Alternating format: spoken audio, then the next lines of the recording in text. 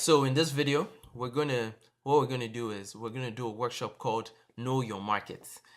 This is very important because you have to really understand who your target audience in Nigeria is before you start reaching out and spending money to reach out to them.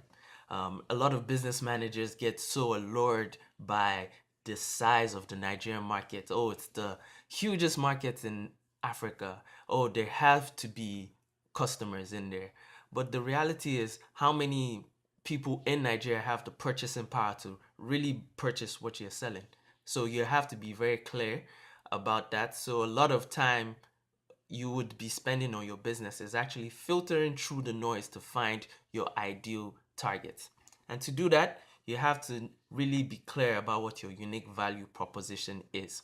So, in this workshop, we're going to go through a set of questions that would help you first know where you stand in the sense of how well you know your market, and secondly, helping you tease out that unique value proposition. So download the workbook and start going through each question that will help you get towards your goal.